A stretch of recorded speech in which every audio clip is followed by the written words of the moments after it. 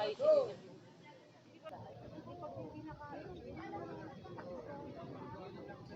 yung minsan binili ko na spicy. Binuksan ni Papa nung sobrang alam pala. Pero kasi si Papa, pina-microwave niya ng tama, hindi niya. Ako binibisa ko pa kasi ang tulo. Parang mas may lasa pa rin pagka sinipagyaw pa rin ang sibuyas.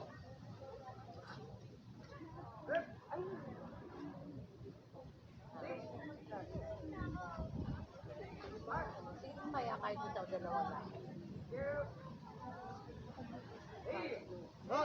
Pabili na lang ako yung apat.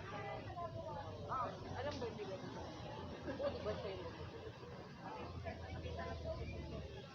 Bili na lang ng Pwede na tayo ng week break. Di ba kayo na magkakaroon?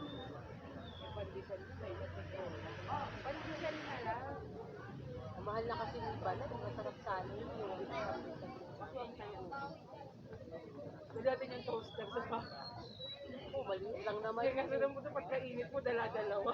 Ay, pag yung toaster na galing sa'yo, Matatlo naman yun. pag yung iniwan ni ate, medyo hassle. May pandesal na. Bagong luto. Magkano isa yung pandesal for? 4 pesos na yata pandesal. Tapos ganun na lang kaliliit.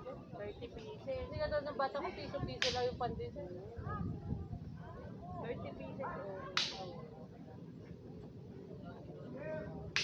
Dapat may Saka may pandesal ngayon, hindi na pwedeng pang kinabukata. Matigas na, pag nila mo pang init. Pag minsan, pag tostado na, pag ininit mo pa lalo tuloy.